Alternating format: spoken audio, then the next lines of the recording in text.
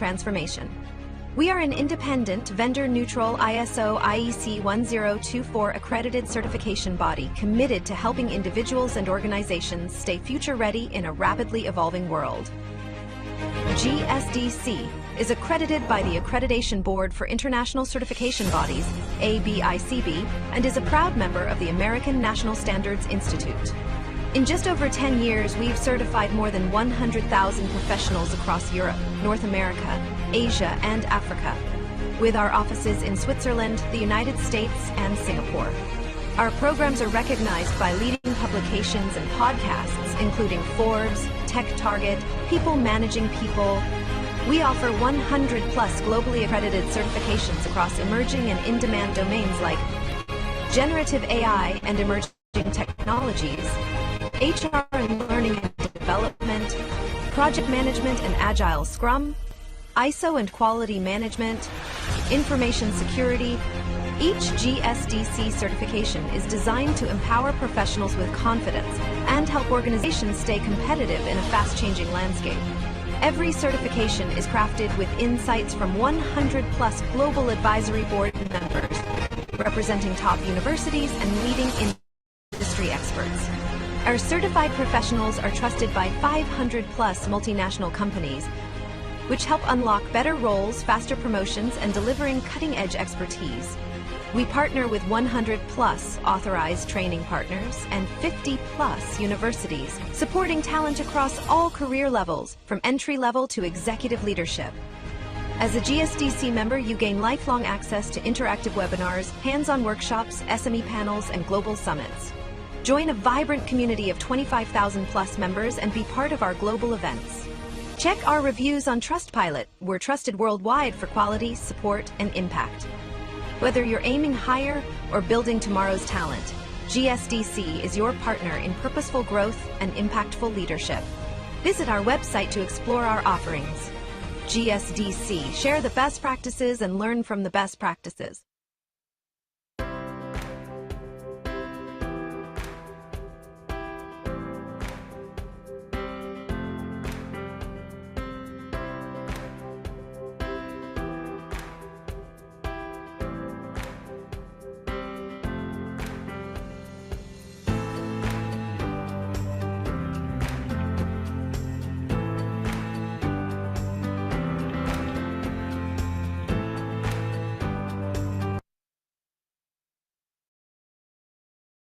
Welcome to the Global Skill Development Council, your gateway to digital transformation.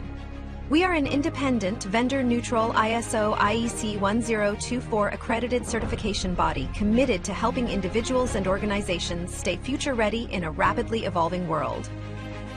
GSDC is accredited by the Accreditation Board for International Certification Bodies, ABICB, and is a proud member of the American National Standards Institute. In just over 10 years, we've certified more than 100,000 professionals across Europe, North America, Asia, and Africa, with our offices in Switzerland, the United States, and Singapore. Our programs are recognized by leading publications and podcasts, including Forbes, Tech Target, People Managing People. We offer 100-plus globally accredited certifications across emerging and in-demand domains like generative AI and emerging technologies, HR and learning and development, project management and agile Scrum, ISO and quality management, information security. Each GSDC certification is designed to empower professionals with confidence and help organizations stay competitive in a fast-changing landscape. Every certification is crafted with insights from 100-plus global advisory board members, representing top universities and leading industry experts. Our certified professionals are trusted by 500-plus multinational companies, which help unlock better roles, faster promotions, and delivering cutting-edge expertise. We partner with 100-plus authorized training partners and 50-plus universities, supporting talent across all career levels, from entry-level to executive leadership. As a GSDC member, you gain lifelong access to interactive webinars, hands-on workshops, SME panels, and global summits. Join a vibrant community of 25,000-plus members and be part of our global events. Check our reviews on Trustpilot. We're trusted worldwide for quality, support, and impact. Whether you're aiming higher or building tomorrow's talent, GSDC is your partner in purposeful growth and impactful leadership. Visit our website to explore our offerings. GSDC, share the best practices and learn from the best practices.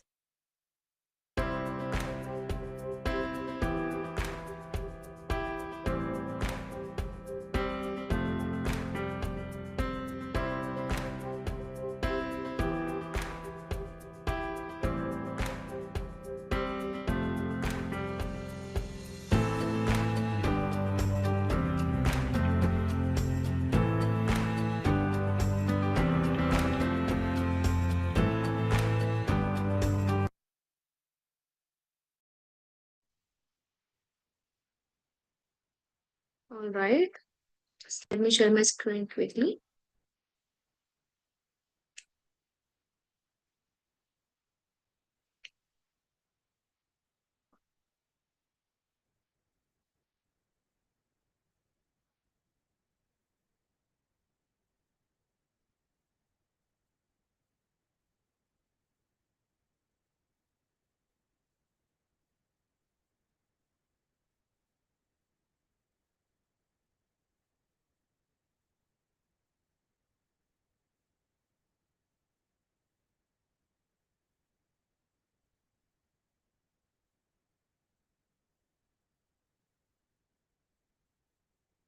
So yes, hi. Hello everyone. I welcome you all to GSDC Global Professional Coaching Masterclass Series 2025. Today we have theme Coaching Beyond Boundaries, Mastering Global Impact in 2025. So my name is Preetam. I'm going to host this session. If you have any question during this session, you can reach out to the chat box and it will be addressed.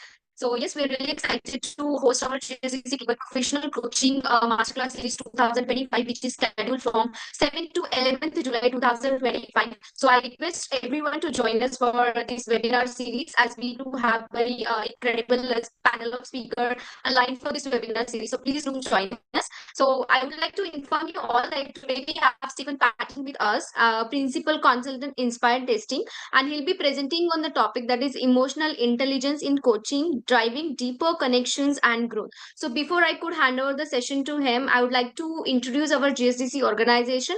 So we known as Global Skill Development Council. We are vendor agnostic, vendor neutral, and we are globally recognized certification body. We are accredited by ANSI and ABICB. As you all know that we have 100 plus certification portfolio. We have certified 90,000 plus professionals worldwide, and we have 500 SMEs. Those are subject matter expert, industry experts, and affiliates from top universities like Harvard, Stanford, and MIT. We are associated with 1,000 multinational corporates and 500 Fortune companies and 30 plus universities across the globe. And I'm very proud to inform you all that we do have authorized training partner across the globe. We have partner in Asia, Europe, Canada, Africa, and many other countries. So I would like to thank you those who have joined us through our training partner channel. I'll be sharing a link quickly in the chat box. You can go through it if you're looking for more training programs for yourself. So yes, special thanks to our official media partner, World Press Hub, for covering all our events and the press releases. As I mentioned earlier, we have 100 plus certification portfolio, which includes certification on generative AI, software development, Agile Scrum, ISO, cybersecurity, project management, and learning and development, and so on. If you're looking for any of these certification, you can visit our website, that is www.gsdcouncil.org, to know more information and details regarding these certifications. So if you get certification through GSDC, that will give you lifelong membership. You will be a member of GSDC for a lifelong. Also, with the GSDC membership, you will be getting a certificate upgrade, and you'll be having access to all our events, boot camps, and workshops. Also, you'll be having access to all our learning, exclusive learning programs, and also you'll get implementation resources, speaker invites, and you'll be having access to all our newsletters. So yes, without any delay, I would like to tell you all more about the speaker today. So it's my pleasure to introduce Stephen Blackson, an award-winning tester and QA professional with over 18 years of experience across the defense, utilities, finance, and insurance sectors. Stephen is known for his passion for test improvement, agile practices, and process excellence. He is also the creator of a stoic testing approach where he combines Stoic principles with software testing to promote calm, focused, and effective work. He holds ISTQB MMI test professionals and agile certifications and is dedicated coach and continuous learner. So please join me welcoming Stephen Platten. Stephen, the virtual stage is all yours to now. Thank you. Thank you, Pratam. That's a lovely introduction. I'm very flattered and appreciate that. Welcome, everybody, and I hope you're going to enjoy this presentation and talk that I'm going to be giving you all on emotional intelligence. I'm just going to shortly sharing a presentation through you, and there'll be some time for questions at the end. Feel free to put some questions in chat, and we'll try and catch up some towards the end.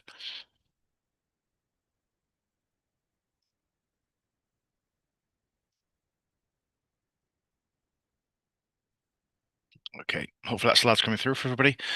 So the topic for today, I'm going to be chatting to you all about is emotional intelligence and how that factors into coaching, kind of leadership, mentorship, teamwork, and other factors, and how it kind of all gels together into one kind of structure and format. I've tried to pull on different threads here. I'm also talking about like behavioral literature and stuff as well. So hopefully there's some elements in there you might not be familiar with, but hopefully there's just some common sense things and some practical elements you can start to employ within your own work and personal lives. So first off, a little bit about me. Preston did a wonderful introduction for me, but I'll maybe go into some little bit of a background.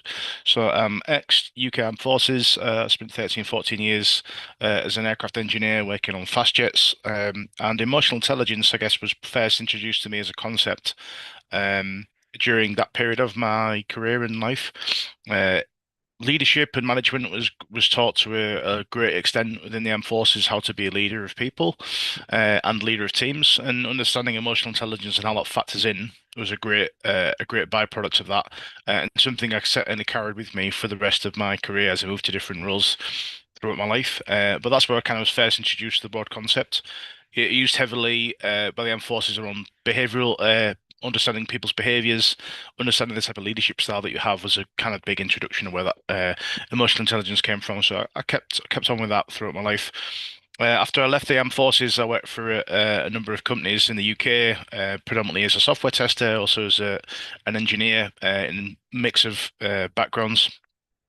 Predominantly testing, but also done a fair amount of engineering. I've led teams of engineers, teams of people, and been led by some amazing people as well, and managed by some amazing people. So, some of this practical advice that I'm hopefully going to be giving you is not just based upon stuff that I've researched and understand, and stuff that I've done myself, but also some things I've found from other people, that I've found inspiring in terms of how they approach matters with individuals and groups, and some really high quality managers and leaders that I've worked with under my time.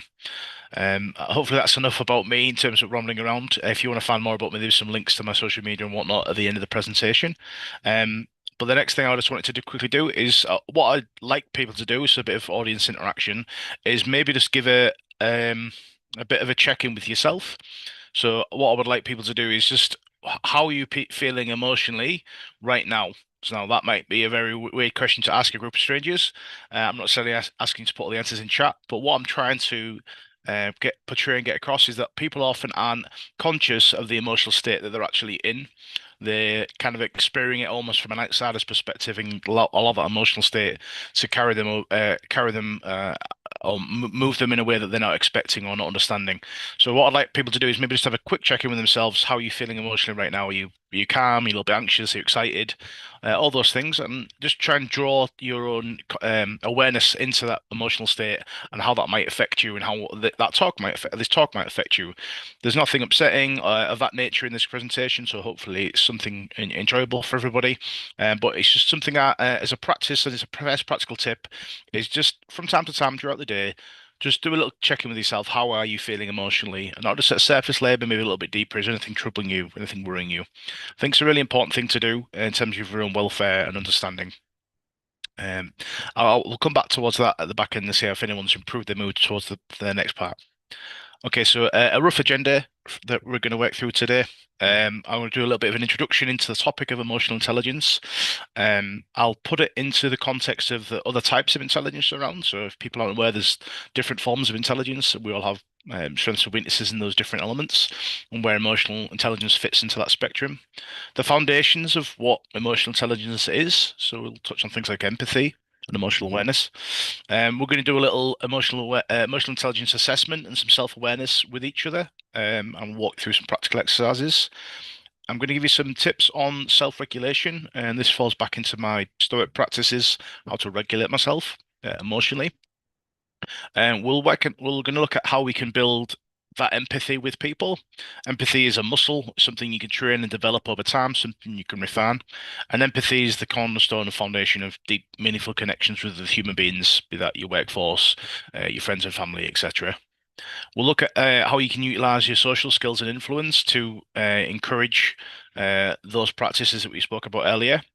I'm going to give you some real world use cases. Some are directly from myself, some are from people that I've worked for and worked with, including a bit of some case studies.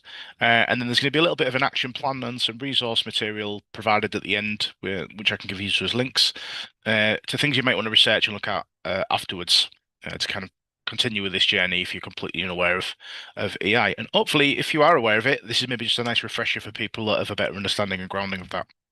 I hope you enjoy the rest of this presentation. So, a little bit of an introduction. We're going to explore coaching, and what I mean by coaching, I don't mean sports coaching. I mean coaching of, and I want to separate coaching from leadership and coaching from management. Right? You can coach a junior, senior, etc. Coaching about is sharing deep conversations with each other to a mutual level of trust. So that could normally be coaching somebody up, getting someone into a more senior position, but it also works peer to peer and everything else. And that's built in within emotional intelligence. Without emotional intelligence, you can't really build that coaching relationship. It'll become very transactional and very inorganic. It won't really function particularly well. I've got a number of objectives that I'm hopefully going to try and cover off during this presentation. We'll see how many of these we can tick through. So I'm going to try and define the core of emotional intelligence, what it is, right, its root essence, and again how it relates to coaching. Talked a little bit about that in the introduction, but hopefully a bit more. Understand the various different types of intelligence and understand why in emotional intelligence is quite unique in the other intelligences that we're going to talk about. I don't know if that's a plural of intelligences, but I'm going to go with it. We're going to apply some emotional intelligence strategies, so how we can deepen some of those relationships. So I'm talking like coach to client or coach to coach to peer, and what those would look like. There's some real-time assessment methods we're going to go through, and hopefully help everybody understand how to use them yourself. There's some interactive exercises that I mentioned towards the end on how we can strengthen our own self-awareness and our own self-regulation. Emotional intelligence, I might want to start with that maybe. Emotional intelligence is something that you really need to cultivate for yourself first and then kind of build up and outwards. If you are unregulated and unaware of your own emotional state, it's very difficult to build that with other people, right? So it's got to start from within and work your way outwards. And the last thing we're going to try and look at maybe like an action plan and how we can embed some of the things that I'm talking about, some of the literature that I might be sharing into your work practices, home life, hobby, etc. So let's start off with Gardner's multiple intelligences model. So for those that aren't aware, there's multiple different forms of intelligence. Even though there is a generalized IQ test that you can undertake, there are actually multiple different forms of intelligence, and each individual, for a combination of genetics, culture, background, and education, has different strengths and weaknesses. Within those different types of intelligence, some have natural affinity towards it, some have developed that over time. And I'm going to go through these now and we'll highlight where I think emotional intelligence sits within these different intelligence models. And I'd also caveat with this, there's other intelligence models available. Gardner's is just the one that I'm aware of and I've understood and used before. There are other intelligence models around. So the first thing would be something like linguistic intelligence. I've kind of summarize that as to be word smart. What do I mean by that is people that have a natural affinity to languages or the written word. Good examples I found of this in my forces career. There was multiple people I worked with were multiple bilingual or trilingual. They were completely fluent in 3, 4, 5, 6, 7 different languages. They were interpreters. It's something that naturally came to them over time, and they found it very easy to learn another language and learn another way of speaking. Also, word smart is kind of also in my head the ability to consume the written word in various forms of formats. So maybe where this comes in for me as an individual would be I can read pretty quickly. So speed reading is something I've kind of developed over time and something that I think I'm pretty strong at. I can read large body of text in quite short order and get most of the information there at kind of 80%. And again, what I would say with all these types of intelligence, these are things that you can practically improve to some degree. There is a genetic limit, like I've said to some people, but generally speaking, you can potentially improve some of these and address areas that might have raised concern. Logical intelligence. So this is more like numbering, number or reasoning, logical intelligence, for want of a better description. So your ability to understand mathematics, understand scientific principles. Um, I've worked with people who are naturally have an affinity towards code, have a natural affinity towards high-level mathematics, without really having to try to learn to understand it. Me personally, something I generally struggle with a great deal, something I've had to understand and had to work on. I think my reasoning intelligence is quite good, so my logical brain is quite good, but mathematics, numbers, data crunching, not something that necessarily comes to me very easily. And again, this is a combination of genetic factors, um, educational factors, cultural background, etc. There's a whole suite of things here. But again, logical intelligence, another type of intelligence within the spectrum. Spatial intelligence, I guess we'd call that picture smart. So it's the ability to understand and discern detail from an image or a visual construct. So I've seen this, if I go back to my armed forces background, there were people who I've met who were intelligence analysts who review footage or pictures of an image and could almost instantaneously recognize extreme details and extreme points of reference that a normal untrained eye just wouldn't be able to pick up. If you also think about artists and people who have natural affinity towards artistic revenues, if you think of artists like Da Vinci, etc., an enormous amount of spatial intelligence around their ability to construct colors, understand the palette, how to construct an image, how to redraw a face, etc. I'm going to try and pronounce this next one, so please bear with me. My northern accent may not come across particularly well here. But bodily kinesthetic intelligence, or how I'd like to call it, is just body smart. So this is around your ability to understand your own body, your intelligence around that. So we're talking about things like hand-eye coordination, balance. People who are naturally gifted at sports, I think everyone has probably met somebody like that. Again, plenty of people I know were amazing at every sport they've ever tried without really having to try. People who can learn skiing in within a couple of hours, those kinds of things. So it's understanding how your body functions, your hand-eye coordination, things like that. That's what kind of goes into body smart. Musical intelligence kind of also goes into like an auditory intelligence as well. So it's the ability to understand and interpret auditory stimulus. So in this case, music, but also in terms of other sights and sounds. So if you think about people that are naturally good at audio editing, people that are musicians, they have a natural affinity. They can discern the key of a certain key on a guitar string. They can hear that noise and instantly recognize a note that's being performed. And again, a really good extreme example of that was someone like Mozart, who could write great, enormous performances overnight, and it's immediately to appear in his brain. Music intelligence. So the two blue ones I've highlighted here are where it ties into emotional intelligence, which is remember the thing we're kind of trying to get across in this presentation. So this is interpersonal intelligence and intrapersonal intelligence. So being people smart and self smart is how I would distinguish those two things. So how good are you at discerning what other people are like, not just necessarily emotionally, but generally. And then how intelligent are you at understanding yourself? And this is a big one because your ego tends to get in the way. We are kind of, as human beings, quite critical of assessing ourselves on our own self state. So, but those two things are enormously linked together. For you to be people smart, as in you have to understand people, you really have to understand yourself. You need to understand where your own drives and wants and needs and emotions are coming from to build a perspective of why you come to that conclusion. That really helps you understand someone else's perspective and meet that common ground. So those two are intrinsically linked, and I've highlighted those as why I think they're the most applicable to emotional intelligence in the nature of what we're talking about right now. And the last one would be naturalistic intelligence, one I'm probably the least familiar with and one I had to do a bit of research on. So I would just classify this as nature smart, so knowledge of the natural environment, under a general understanding of how things are in the natural world. So the examples I've got for this one, I did some research on it, is people who are naturally very good in an outdoor setting, people who are can have a natural affinity for hiking, a natural affinity for camping outdoors, people that can do yachts and all these kinds of things, a naturally outdoor environment in nature, in the thick of it. It's just something they can do almost instinctively without really kind of think about it. Um, as I mentioned before, there are other models available.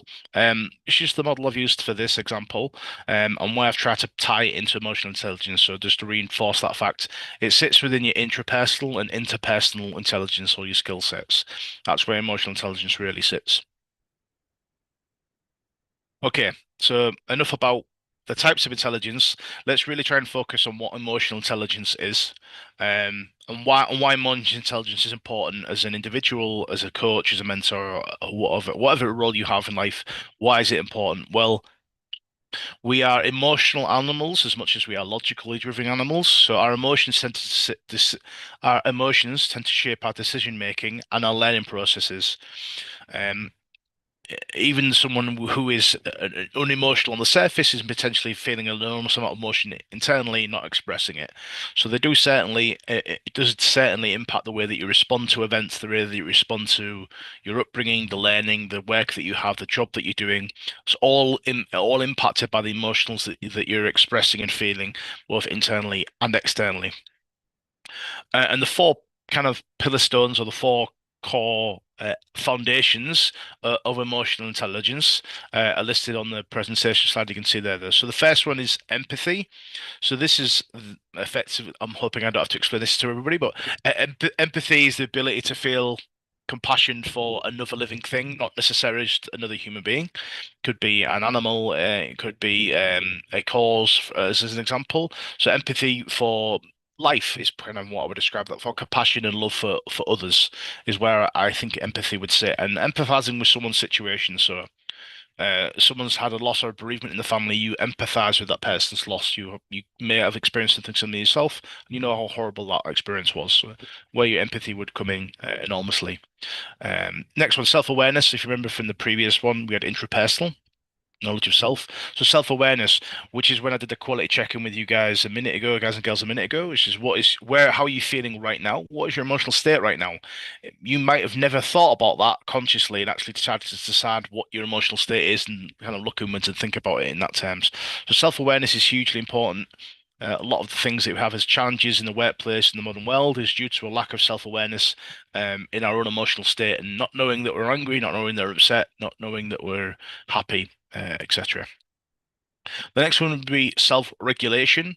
So self-awareness and self-regulation are tied very closely together, and again, this is where my Stoic principles come in greatly for me, and why this is one of the more passionate elements of it for me. So if self-awareness is knowing that I'm angry. If you think about it in that simplistic term, self-awareness is I'm angry right now. Self-regulation is well, I know I'm angry, but what am I going to do about that anger? Am I going to express it? Am I going to scream and shout? Am I going to get annoyed? Am I going to throw something or whatever? Or I'm going to understand that I'm angry for a reason and I'm going to choose to not act on that anger. I want to choose to remain calm and controlled, pleasant and agreeable and amicable with the individual around me. So self-regulation, I guess you could think about it as self-control, is I know my emotional state and then what do I choose to do about that emotional state? Um, so this is where emotional intelligence comes. Don't want to say a spectrum, but it can become a real challenge for people. Some people are naturally very emotional. They've emotions are a deep-seated way in which they live, and their emotions are very raw and at the surface. So they really struggle with that self-regulation element of it. But their awareness of their emotional state is very heightened. So despite these four foundations all being shown here as equal shapes and size, they're all definitely varied depending on the individuals that we're talking about and how that shape might change over time. So you might start with very little self-awareness, which is something you can work on over time, and it starts to expand as something that's more of a strong suit for you. Excuse me, where I take a drink. And then the last foundation which we'll talk about, is social skills. So how to conduct yourself in a social setting. This could be work as well as kind of also a pleasure environment outside of work. So this is how do you have a conversation? How do you meet and greet people? How does your body language react around people? Something again that is massively important to develop. As you may know, that when you communicate with somebody else, the words that you use and the sound that you make is only part of that conversation, is only part of how we speak to each other. Your body language, your facial expressions is an enormous part of how we communicate with each other in peer to peer or peer to groups. So as an example, in this presentation, if I did the rest of my presentation with my hands covered over my eyes, you would think that would be a bit strange, and you probably wouldn't pay much attention to the presentation. So I'm trying to use my facial expressions and try to smile to show across that I'm trying to enjoy the subject and get it across, which I do. So again, knowing social skills, how to spot them within other people as well, not just to necessarily use them yourself, is another really core pillar of emotional intelligence. So I'm hoping that portrays the core foundations of emotional intelligence. For the rest of the presentation, I think I refer to it as EI. So if you see that acronym displayed anywhere in this presentation, I'm just referring to emotional intelligence. Okay. So this next thing, I'm going to walk you through a really simple four-step self-assessment. So if you remember, I said earlier in the first few slides, I asked people to maybe do a self-assessment check of how you're feeling emotionally right now. What's your emotional state? You might have never done that before, so I'm going to walk you through that step-by-step process if you struggle to do it. And also say maybe first start with why do I even need to do this? So the first thing I would say is what are your patterns and what are your team's patterns? So if I'm looking at this from the perspective of a coach, of a mentor, of a leader, as a people who manages a group of individuals or a large organization, what are my patterns and what are their patterns? So what do I mean by that is if I know that my commute takes a little bit longer to get to work, and I'm end up late, and every time I'm late, I end up being annoyed, and I take that annoyance and that frustration into the workplace as the first 40 minutes of my time in the day. I need to know that, right? And my team probably wants to know that as well, so we're aware of it, right? What if I know that my one of my colleagues has someone who's potentially, let's say, they're ill and they're ill quite often, and I know that their emotional state is struggling because of that, as in they're upset a lot of the time. I need to factor in that into the way that I converse and I interact and manage that person and coach that person. I need to understand it and where that's coming from. And then the last thing of where these four-step processes would come from would be, can I recognize the triggers? So in the example I used, I was late for work due to my commute. That's a very simplistic reason, and hopefully not everybody gets too annoyed because they're late for work. But what are your triggers? There may be some really deep-seated root causes around that. What I would say is maybe just err on the side of caution. Some triggers for emotional reactions with individuals can be due to really deep-seated reasons that you probably need to talk to a therapist or other mental health professional around. So just be aware of how far you dig into that trigger response. And if you do find something you probably want to work on, please reach out to a care provider, a health provider to help you work through that problem. Something I've in the past and greatly benefited from him. So just a bit of a word of caution there. But why are we trying to recognize those triggers? We're trying to recognize them so we can preempt what's going to happen or prevent what's going to happen if that emotional trigger comes in out of the blue. So step one in this process, if you struggle to do it at the start, which is notice, then identify and label the emotion. So notice, what am I feeling right now? So me personally, I'm feeling quite calm, quite relaxed, quite happy. Right. So I noticed that emotion. I've identified it as happiness or enjoyment. I'm gonna label that emotion. Is that important? We'll get to that, right? So I'm gonna say that I'm happy right now. Step two, I need to understand the source of that emotion. So where is that happiness coming from? So in my instance right now is I managed to speak to people I've never met on a topic that I greatly enjoy, doing a job that I like, in an environment I like working in, during a nice summer day in the UK. So there's plenty of reasons why that source of that emotion is coming from for me, right? And I'm using a very positive example here. We could maybe talk on a negative use case next. Step three, once we've understand what that emotion is that we're feeling and where it comes from. So maybe let's use the I'm annoyed because I'm late for work one as a maybe negative edge case. It's maybe better in this example. I'm late for work, so I'm annoyed. So the emotion is annoyance, frustration, anger. I understand the source of it. It's because I'm late for work, right? I'm feeling annoyed because I'm late for work. We're now at step three. The next two questions you need to ask yourself is how is that emotion serving me and serving my team? Right. If I'm taking that aggression, that anger, that frustration, and I'm taking it out on my team, how is that serving my team? It isn't serving my team. So even though I'm feeling that emotion, I shouldn't express or emote that emotion to others because there's going to be a negative impact.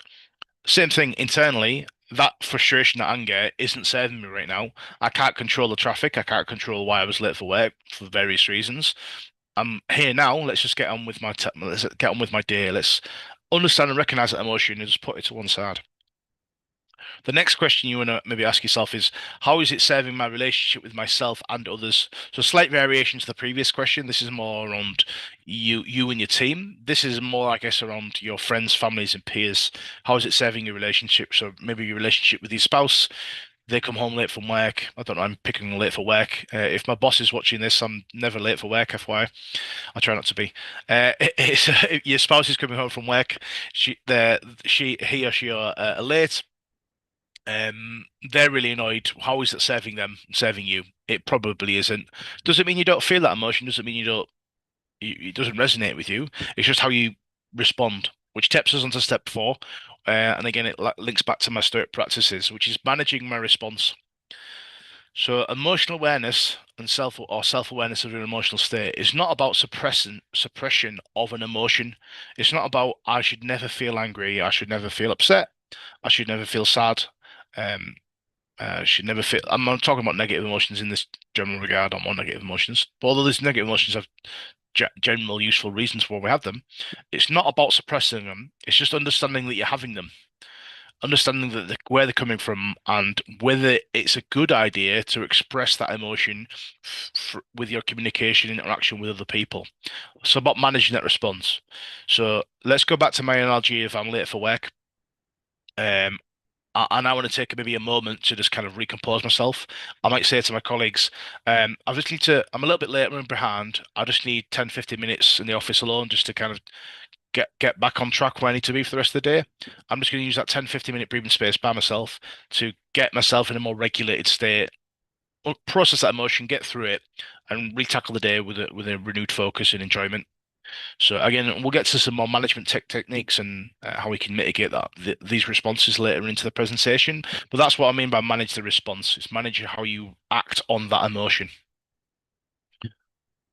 Okay, so some self-regulation techniques. So I highlighted one previous on how you could regulate your emotional state and how you're feeling.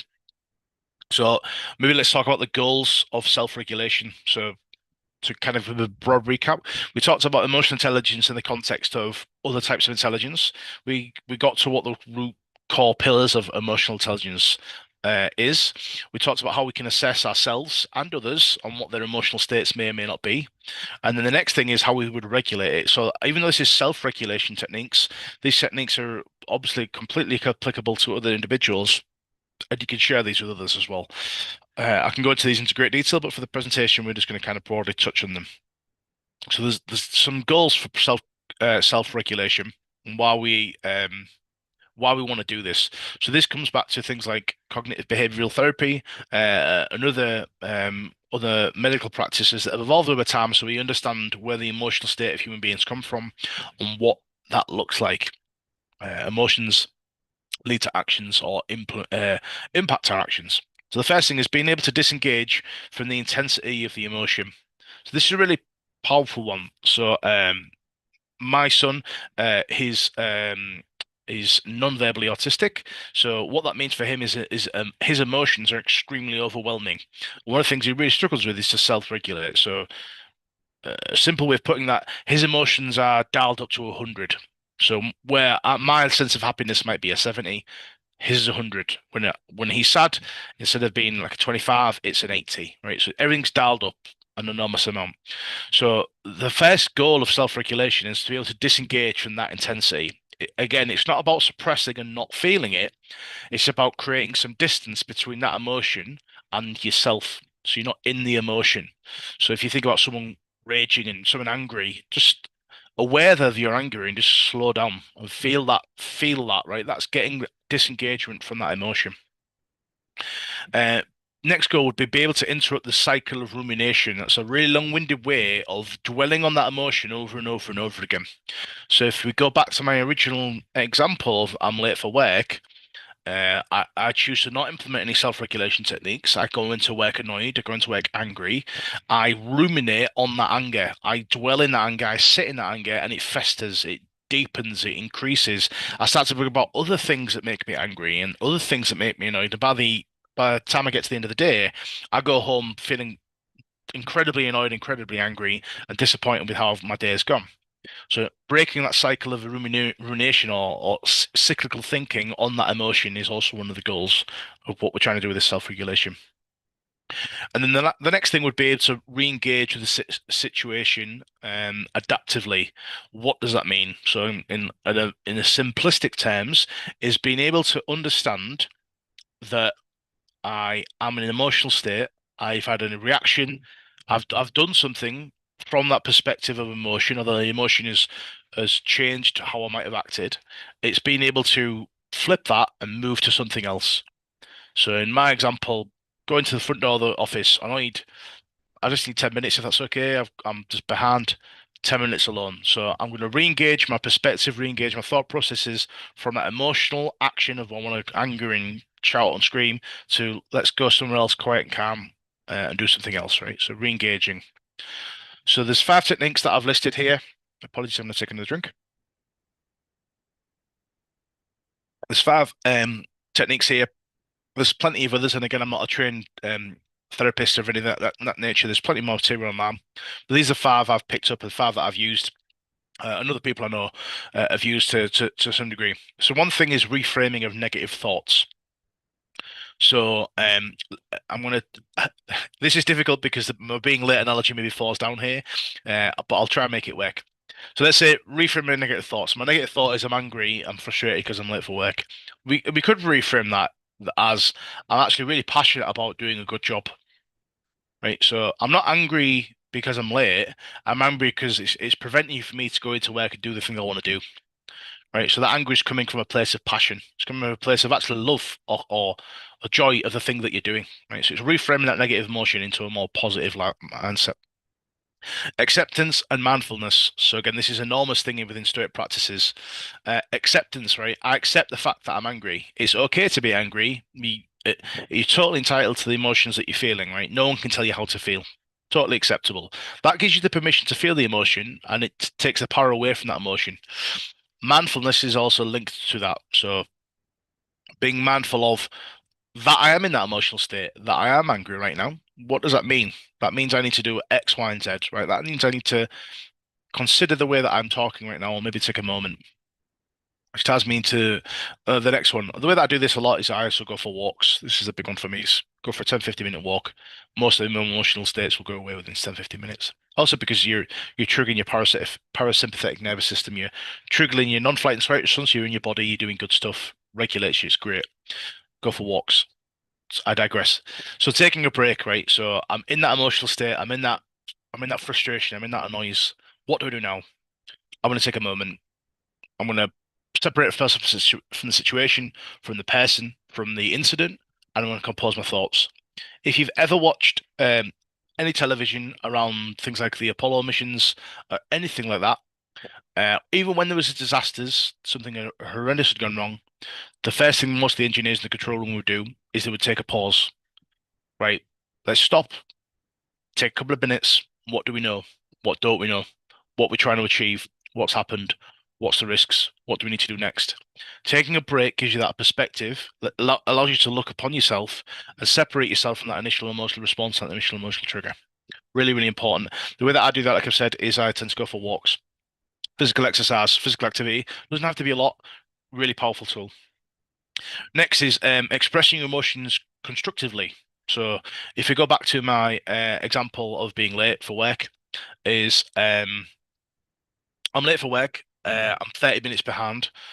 How can I express that emotion constructively? Or how can I, more, maybe a better way of putting this would be, how can I use that emotion constructively? Why don't I use some time now to look at my calendar and actually go, are these two calls necessary, or are they actually important for my time? Maybe I should be focused on this other task. Because I'm now a little bit late, it's allowed me to think about the task that I need to get on with and move it to something else, right? So constructively using that emotion or expressing it. And then the last one would be problem solving, which is, again, I think this is probably one I also default to the most, aside from taking walks, which would be problem solving, right? So work the problem. So if you go back to my very simplistic analogy of I'm late for work due to traffic, maybe I set off earlier, maybe I take a different route to work, maybe I work from home that day when I know the traffic's going to be bad, right? I work the problem that cause the emotional trigger. So the emotional trigger is less likely to come up. I'm going to tackle it that way. Okay, so hopefully that's a little bit of a quick whistle-stop tour through self-regulation techniques. And again, these can be applied to not just yourself, but also your teams as well. Okay, we're going to expand now a little bit into empathy. So if you remember, I said earlier when I give you the 4 pillars, empathy was one of the pillars. And why is empathy so important? Because without empathy, you can't really have a deep connection with another person. It's very surface level. And as a coach, you do kind of need to really get to know the person that you're coaching. Otherwise, they're not going to be able to get them in the way you want to get them to. If you use a fitness coach as an example, if I want you to train in the gym for a reason, if I just shout and scream at you, you're just going to ignore me, right? I need to build some empathy and build why you're in that frame of mind to help get the best out of you. So, and empathy is also something you can develop. So I refer to empathy as a muscle, something you can train, something you can learn to improve over time. How can we do that? So I've given 3 examples here, and I'll talk to 2 of them. So one is active versus passive listening. So we'll get to that one, but it's one of my personal favorites and something. If you're on a Teams call or a Zoom call with somebody, look out for this one. I'm gonna talk about. Next one would be mirroring, or validation. I guess would be the one I was talking about, validation and building trust. So let's do active versus passive listening first. So how many times have you spoken to somebody? This question for yourself. How many times have you spoken to someone and got the impression they are really not listening to you? So let me use a really simplistic example as my body language. You're talking to me and I'm doing this and I'm looking around. Sorry, what? What was that? I didn't hear what. Sorry, what was that? They're distracted, they're not making eye contact, and they're not responding to your questions or responding to the thing that you're saying. Versus, yep, okay, I understand that. Sorry, could you go back? Could you explain to me what that principle was? Sorry, I didn't quite get that. Could you repeat that? Oh, thank you. That was great. Yeah, that was really good. So eye contact, asking questions, and nodding. Active listening versus passive listening. It makes the person think that you're actively engaged and you want to hear what they're saying. It's a really good way of building that empathy between you and the individual. The next thing would be mirroring, which I would call more like reflecting on the thoughts and feelings of others. So this can be a quite challenging one because you don't necessarily want to mirror every feeling that everyone's having. So if someone's illogically angry for some reason, you don't necessarily want to mirror that anger, right? But let's say that someone's come in because they've had a bereavement and they've finally come back to work after a period of time. They're really down and sad. Like it's a perfectly valid response to mirror that behavior with "I'm really sorry that you're in that situation. I'm sorry that you feel that way." It's a way of building and understanding the empathy that you empathize with that person's perspective and where they're feeling. And then the next thing would be validation or acknowledging the other person's feelings. So I understand that you're really angry right now, but maybe we can work through it, and I understand where you're coming from.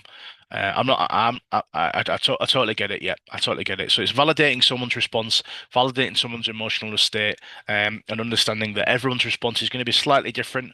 Something I maybe didn't express in the earlier slides, but the way that you express your emotions are uniquely to you, right? So no one can tell you how to think and feel. No one can tell you what emotion you should be feeling at any given one time. But what we can do with each other is we can communicate on how we want to articulate that emotional state between each other. I don't want you to scream and shout at me. Let's try and talk in a calm and controlled manner if we can. Okay, so let's build this up a little bit into now. As a coach, we understand where emotional intelligence comes from. We understand its core tenets. We've built in some self-regulation techniques so we can manage ourselves. We understand ourselves. We worked on our skills to create empathy with ourselves and others. So what do we do next? The next thing would be learning to be a storyteller, which is something our sales lead is very good at. And if you've got anyone who works in sales, listen to how they talk to clients and other people, the storytellers, and then building that connection with others. So this is kind of more to your social media, friends, social circle, working community. Why are these things important? Why are these social skills important? Um, Great leaders, great coaches, great people naturally inspire people to want to do better for them, naturally inspire people to want to work for them, work with them, tackle the challenges of the day. And they all use the same principles. If you look back at history and you look back at literature, you look at like medical research, importance of rapport, right? Understanding you and how your team works and how they communicate. If I know my team really enjoys it when we have a stand up on a Thursday, and instead of having something serious, we spend 10 minutes just kind of doing a silly game. All right. And it builds a bit of rapport, a bit of banter, a bit of laughs. Really, really important. It doesn't necessarily mean that everyone you work with has to be your best friend, but there's very few negatives into building a better relationship with the people that you work with, especially when you're spending so much time with them. Then teamwork, which is built through shared experiences and trust over time. So if I go back to my military experiences, why did some of our teams work so well together, especially in very high pressure situations? Because we'd been through the same terrible situations in the past ourselves. We're all coming from a shared perspective. We all wear the same uniform. We've all lived in the same accommodation. We've all worked in the same conditions. We've all done the same kind of things. So that shared experience, that I want to say brotherhood, but sisterhood as well, right? It is a very powerful tool to creating a team to work. Right, very important. And again, I'm using military examples, but there's plenty of tech examples you could think of. You've been through a big product release, really challenging working weekends. You was monitoring production, all sorts of things, right? And then the next thing is I would try and get people to do you to do is learn to become a storyteller, right? Hopefully something I'm trying to do with this presentation is you take a subject that is potentially dry, not interesting, and learn to how to tell a story, learn how to craft a narrative to portray information in an engaging, delightful way to get a deep message across. Right. I learned more about really deep topics because of how the story was told versus the information. If I just spent this next hour just talking in terms of pure medical studies and talked about stats and statistics and brain chemistry, you're gonna be bored, right? So learn to tell a story, learn to convey information around the empathy, not just the facts and the figures, not just the information underneath, and then learn how that becomes a building block to the way that you communicate. So you create a narrative. So if I'm going to use an example from a current client, we want them to make a decision on a particular project right now during the week. I could give them all the background information, all the results, all the technical literature, all the testing that we've done. Then on slide 15 of the presentation, I can give them the answer that they want.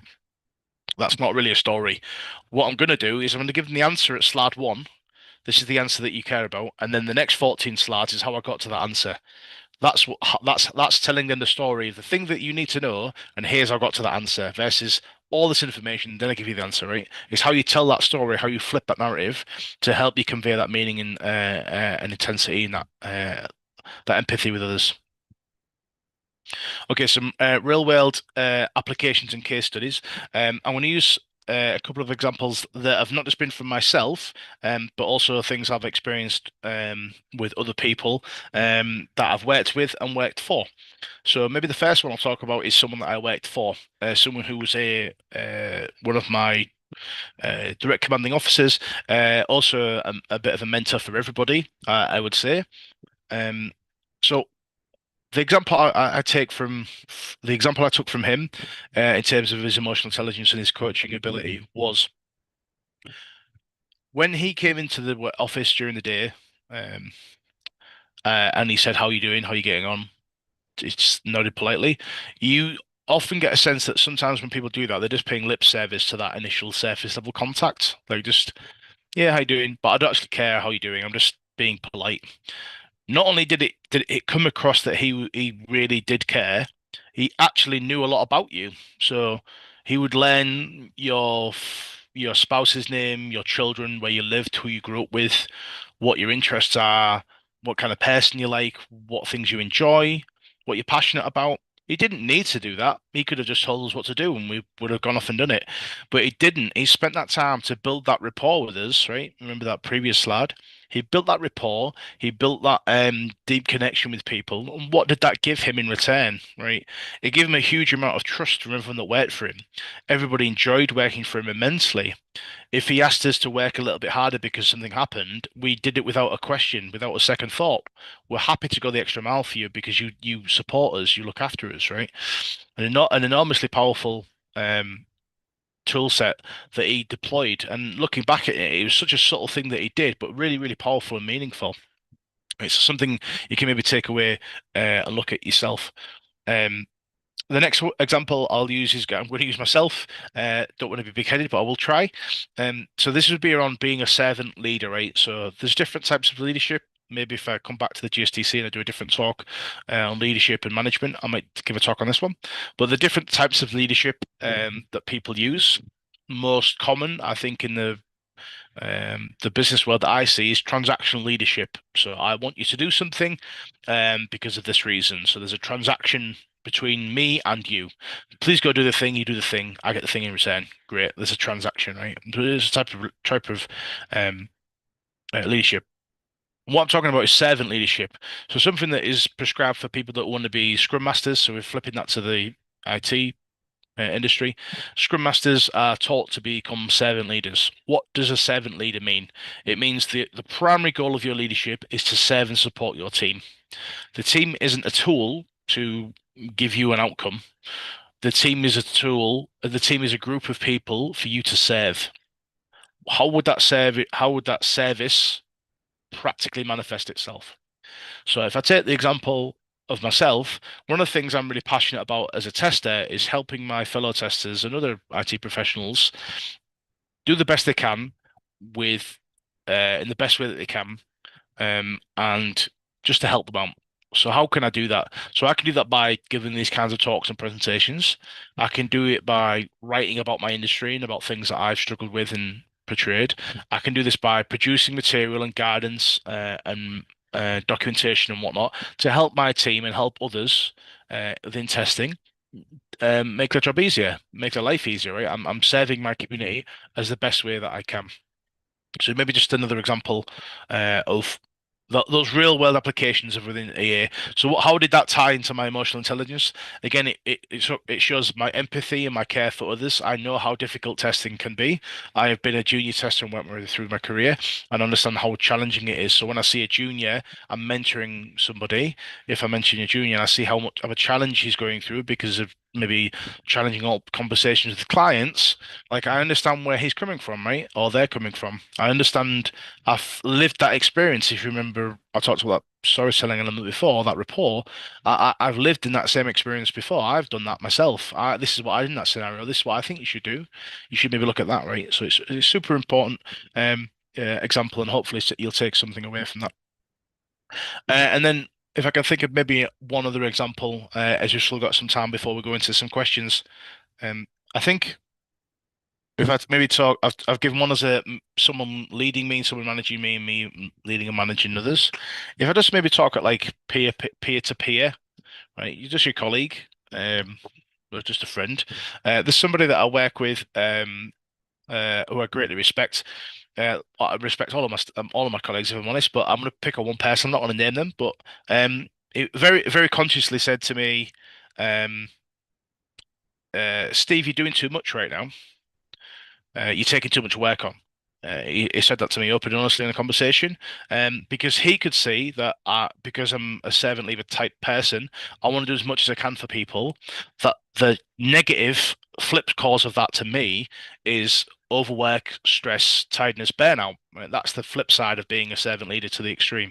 He noticed that his emotional intelligence, he could see that that's the kind of person that I was like because of how I've interacted with him, and he just said to me, "You just need to be chill out, drop some work, take it some time, have some leave, have a break, right?" So that was peer to peer, no organizational structure, no management up or down, of just like, dude, you need to take a break right now. You're burning the candle too hard. I know you're trying to do your best for people, but you're gonna suffer on the other end. It showed a great amount of empathy for me and my state. despite me not complaining about how I was feeling. So validated my emotions before I even expressed them. Right. So high levels of emotional intelligence to even recognize that emotional state before someone expresses it or openly expresses it. So there's maybe just three very simple use case examples from my own personal life between myself and people I've worked with. Or hopefully you can think of some other examples in your own work colleagues and environments, especially around coaching and mentoring of your people. Okay, so I'm just going to take a drink. Okay, so action planning and Zoom resource material. I did use other material for this presentation, some of the material that I've presented. So this is definitely not a definitive list of emotional intelligence and reading material to help you become a more emotionally tuned leader, manager, and coach. But these are the books that I've read and some of the tools that I'm aware of. I've used certainly two of them. One of them was highly recommended, so I don't have personal experience with it. Um, and I can share links to these if needed afterwards. So the first one is Drive, which is a book around how to understand what is the motivating reason why you do things. So if you remember from right at the beginning, I had a slide that said our emotions can drive or dictate the way that we act, right? If or indirectly influence, certainly. So understanding, so for me, I want to serve and help people. Where did that come from? Well, there's a reason deep down inside why that is something I want to do, right? In my emotional construct as a person, there's a drive behind that's pushing that way I act. So that's that drive, really good. The emotional intelligence and your success. So this is from the EdgeQ or the EQ. This is where I probably got most of the material from. So it's a really good summary of emotional intelligence, our understanding of it in terms of psychology and medicine, where we've got to in terms of understanding even the regions of the brain where emotional intelligence is responsible and where it comes from and how it's interlinked with other parts of how we think. Really, really good. And then the last one is from Simon Sinek, who you may have heard of. Is a very famous talker and author. Talks all things leadership and has worked with some of the highest functioning teams in the world. And start with the why, which I talked a little bit about in my presentation. I'll give you the answer, and then we'll talk about how we got to it. Right. So a good example I've got from him, which was a TED talk that he did, which was the highest performing team that he ever analysed was, I think, was the Navy SEALs. And he said the thing that they look for is two factors. They look for performance and they look for how trustworthy they are. Two things. But they said they would rather have somebody who has low performance and is highly trustworthy than someone who's high performing and not trustworthy. Interesting, right? So I'd rather have someone I trust and I can work with and I understand what they're like as a human being than someone who's a non-emotional psychopath, for want of a better description, right? Or can't be trusted with their emotional states. Very interesting. I haven't brought the link into the TED Talk, but I should have done maybe because it's a very good one. And then there's three tools there. There's the emotional capital report, the quotient inventory, which is you can kind of get some scores on your own EQ values using different tools and questions. And then there's the emotional intelligence test or the MSCIT. Not one I've used before, but it came highly recommended when I did a bit of research on it. So these are maybe tools that you can utilize just to understand your own emotional construct and how your kind of emotional state sits around what your emotional intelligence like how emotionally intelligent you think you are. Some people think they're highly empathetic and highly attuned with emotional intelligence. They get tested naturally very low, right? So interesting, maybe want to take on to afterwards. That comes to the end of the presentation. Hopefully, I've run to time. I think we're close to an hour. I've left some links there, and again, GSDC will hopefully provide these for their social media as well. But if you want to get in touch with me in the future, there's my inspired email email address there. There's our actual website that you can go to if you're looking at our careers and how our company works and the kind of stuff that we do. We're a pure software testing company based out of UK and South Africa, but we are international. There's our own YouTube channel, which I do feature in our podcast series, and obviously my LinkedIn profile there as well. Thank you for the presentation, and I think we're open for some questions if I run to time. Great. Thank you very much, Stephen, for insightful session. So before we quickly jump into the Q&A, I would like to introduce our very interesting concept that GSDC has come up with. So I'll be quickly sharing my screen. So I'm sure many of you already aware of this, right? This tool that I've already informed in the previous sessions also. So this tool where you can optimize your LinkedIn profile and you can validate your AI skills score, and you can improve the AI skills score. So how this tool will help you? It will give you access to your LinkedIn profile score and will get instant tips to optimize your profile.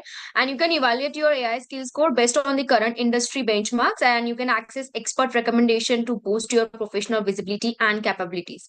So usually this utility is priced at $100, but GSDC is offering free access for next 7 days. So do grab this opportunity and you can enhance your LinkedIn score. Believe me, we have been observing that it has been significant changes and improvement in the LinkedIn profiles, because it is specifically designed for the professionals who want to improve their AI skill score and LinkedIn profile score. So I'll be sharing the link quickly. I've already shared it in the chat box, but I'll share it again so you can check this. So yes, I would like to request all the participants to please do drop your questions in the chat box so we can take it from there.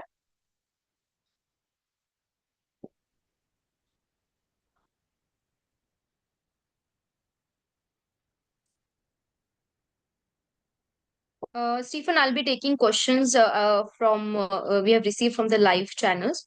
Yep. So yeah, the first question is, how do you handle highly reactive client while maintaining psychological safety?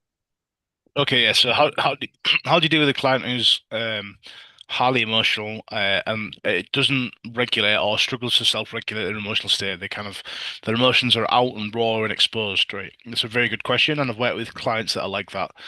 The first thing I would say is don't feel their feeling, right? So they're angry, they're annoyed, doesn't mean you have to be, right? Doesn't mean you have to be in that same state that they're in. The next thing is don't so that with step one, don't become that emotion, right? Don't they're angry, don't meet their anger with anger because it just escalates. The next thing is if you just remain calm, you remain controlled, you remain concise, um, their energy will come down. So what I mean by that is if someone's screaming and shouting at you, if you just remain talking at this tone of voice and actually start to get quieter, quieter, quieter, and quieter, people will stop talking and shouting because they realize they sound ridiculous and they'll calm right down, right? So there's different techniques you can do there.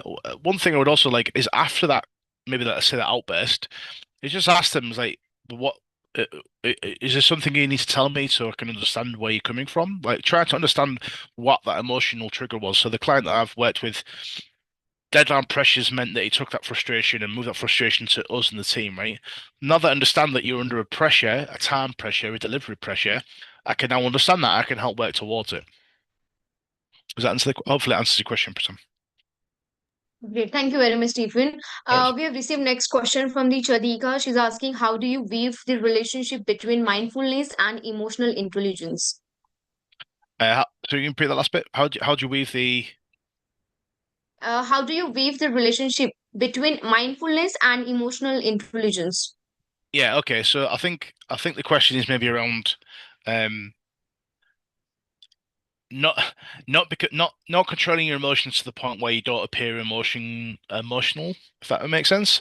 So not being so calm and controlled and in control of your emotions at all time that you never express that emotion. You don't want to become an automaton. You want to be able to understand where your emotions come from and act on those emotions or express those emotions when the situation dictates it's appropriate to do so. So it's not that I go around all day talking like a robot and I'm never emotional about things. If I'm annoyed about something, maybe I want to vent to a friend that I'm annoyed about something. If I'm really happy something has happened, totally want to be happy about something, but I'm still mindful of the fact that, go back to my questions, is it important for me to say that or not? I'm not sure, right? Does expressing this emotion help me or my team? Go back to that question. Yep. Great. Thank you very much, Stephen.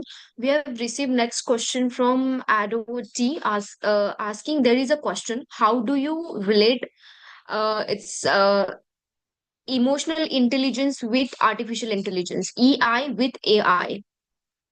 Yeah, it's a really good one, right? I think I found it interesting to read and think about this is how can you relate is emotional intelligence even relevant in the age of AI when we can just get an answer to things instantaneously and get things to do things very fast? Um, something in AI, as far as I'm aware, can't do is truly true it's not a human being, right? It lacks empathy. It can emulate, it can simulate what empathy is. It can say that it cares and it worries, but it doesn't. So what does emotional intelligence mean in the AI in the day of AI is let's say I'm adopting a tool for my client or for my company, and that tool is going to save lots of time. Um, I also need to think of it, well, yes, it's going to save time, but does it help the person at the other end? Because time saving is one if the person is then miserable because they end up using it and they've lost that human interaction, right? So understanding that a human to human interaction ultimately is the end goal, right? That we are there to serve human beings. AI is there to help us, not there to replace us. So emotional intelligence in my head will never go away, and it's something we need to keep in our minds that we always look at AI and the solutions it produces as an in a in using our empathy and using compassion when we build things out. We can use AI for evil reasons and we use it for positive reasons. Let's use it for some good reasons. Great. Thank you so much, Stephen, for answering that question. The next question we have received from Lee. He's asking, can you share an example of moment when emotional intelligence helped you shift a um, client's a mindset or help to break through their resistance to change? Yeah, it's a great one. Yeah, totally. Let's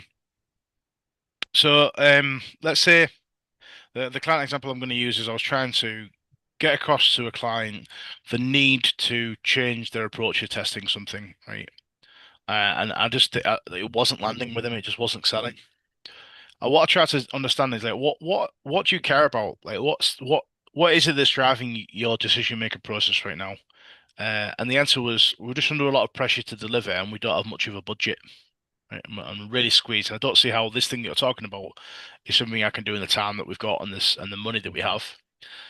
So now that I understand that your concerns, your worries, the thing that's making you feel emotional is the budget that you've got and the time that you're under, the pressure that you've got to deliver.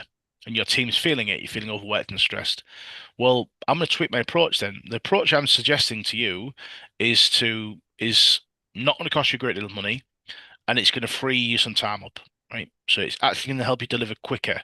So if I'm using this for a testing perspective, like I might implementing more automation on some of your tests, right, to speed that process up, so your team isn't spending a long time doing it. I understand what you're talking about, so I'm going to try and frame that answer to factor your state in. Understand why you're bothered, and then come back to it. Hopefully that answers your question. Absolutely. Thank you very much, Stephen. Moving forward to the next question received from Ruby. What techniques help client recognize their emotional pattern and workplace impact? Yeah, good one. How do you recognize your patterns and emotional impacts? I think doing those self checks which I mentioned earlier. So what maybe doing a bit of a self assessment. So that could be just sitting with yourself, having a think about it, or something that you can do is just write down at the start of the day. Maybe just a smiley face, right? Smiley face. I'm sad right now. Start of the day. End of the day, happy. And then just make a note every so often throughout the day. Just what's my emotional state right now? And then use that to look at the patterns that you potentially see as you as an individual over time. You can see that I'm getting upset on a certain day, and oh, what was that day? Well, that day is when we go to cab, so a release process in IT, and we're going there and we're going to release a product, and we've got all this risk, and I've got to sit there and get grilled by 20 people, and I've got to talk about whether the thing that we've built is going to work. And I know that every time I have that, that's really worrying, that's really challenging, right? That's a pattern. Every Wednesday, challenging time. So I need to put some techniques and some methods and some processes around that to manage that emotional stressor. Yeah. Look for the patterns is what I would say. Yes, thank you very much. We have received next very interesting question from B. He's asking, how do you see the future of coaching? Are companies and organizations seriously adding coaching in their employees' development? Yeah, I think hit and miss. I think coaching is talked about in a very flippant sense, like, oh yeah, we coach our staff, we coach our people. When I was in the armed forces, it was something that was enormously important. It was taught to you, it was expected of you. it was done for you and and for you to do to others. So I think a lot of companies talk about it but don't necessarily implement it. So what I would say on the future of it is that people need to not necessarily just focus on the qualifications and the certification and the training that they're doing. Clients and industry also need to focus on the people and how they're feeling. Do they have job satisfaction? Are they in a pleasant working environment? Do they are they doing the thing that they want to do in the way that they want to do it? If the answer is no to that, then you're probably going down the wrong route. So I'm realistic in the fact that it's probably not in a great position, I think, now, and AI isn't probably helping with that. But hopefully, it improves in the future and we get back to those really human-driven conversations. Great. Thank you very much, Stephen, for answering that one. So we have received next question asking, how do you coach emotionally unintelligent clients who resist feedback about their impact? Yeah, okay, great question. How do you convey with someone who lacks emotional intelligence, or it's just not something that you consider being important? I think if I go back to my Stoic tenets, my first get out clause, um, or my only get out clause as a Stoic would be, I can't control how others behave. I can't control how others act. I can't control how others feel. So it's not something I should really get worked up about myself because it's not something I'm in control of. Does that mean that it's not something I can influence or something I can potentially help them with or move them along with?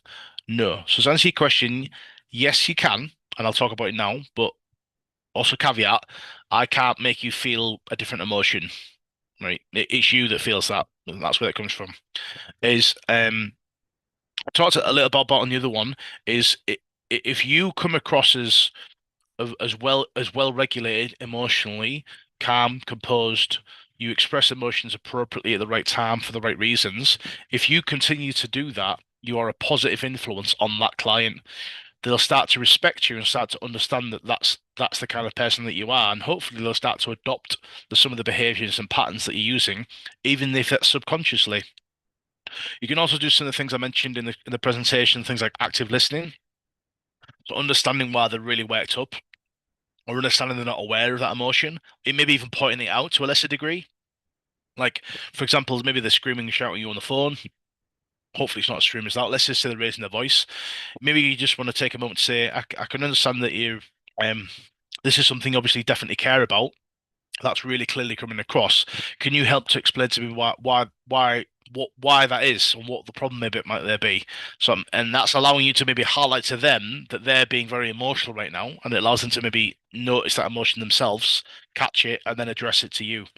So there's like kind of direct and indirect ways you can influence them, depending on the nature of the relationship that you have. Hopefully answers that one for them. Yes, absolutely, Stephen. Thank you very much. We have received next question from Vidyadhar asking, does NLP help in emotional intelligence? NLP Uh, stands for yeah, Neuro yeah, Linguistic Programming. neurolinguistic Yeah. practice. Yeah, NLP. Yeah, semi-controversial topics for neuro-linguistic programming practitioning. I'm aware of it. I've never personally studied it myself. It is a practice and a methodology around um, emotion drive, understanding where your connections are with people and how you converse. That yeah, emotional intelligence is deeply embedded within LP practices. It's not something I personally use. I'm more going on the kind of cognitive behavioral therapy route. It's more grounded in kind of a bit more research. It's something that is entirely linked, but it's not something I personally use. I don't necessarily endorse it or non-endorse it, but if it's working for you, and you're seeing positive outcomes, then great, but not something I've personally used. I'm aware of it though. Great, thank you. Yes, definitely. Thank you very much for answering all the questions.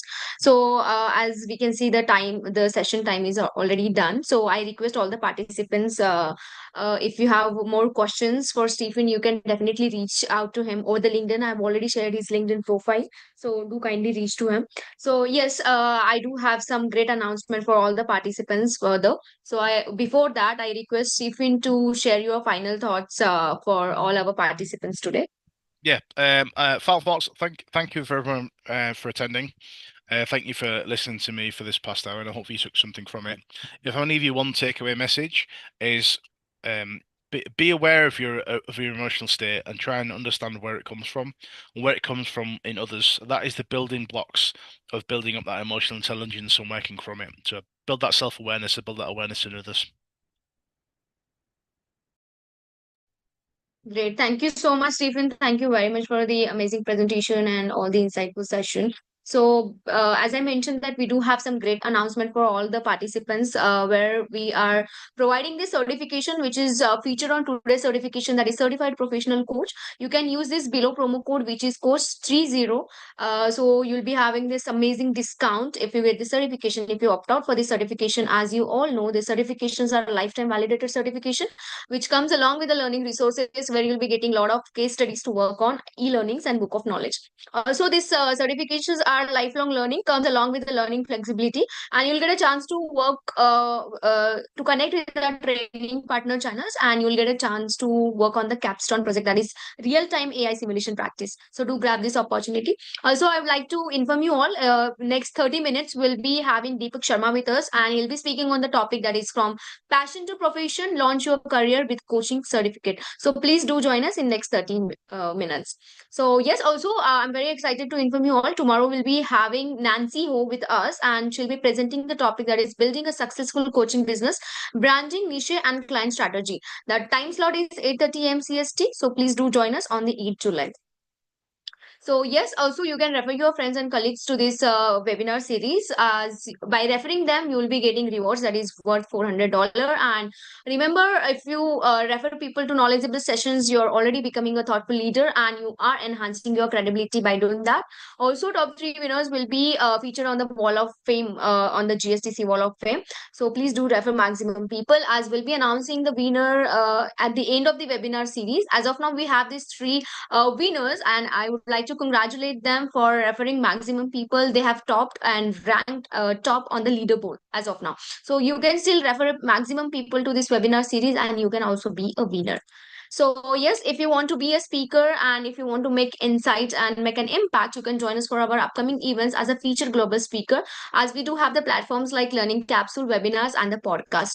So I would like to connect with you all. So please do scan this LinkedIn, and you can connect with us over the LinkedIn, and you can check our website to know more information regarding the certification that I've mentioned earlier. And also you can join us over the WhatsApp group to know daily updates on the events and the webinar. And do not forget to share your session takeaways and the learning outcomes on the Trustpilot. I've already shared the link in the chat box. So please do check and do share your reviews. Thank you everyone for joining us today. I hope to see you all for the upcoming session. Thank you. Bye-bye. Bye, Stephen. Thank you.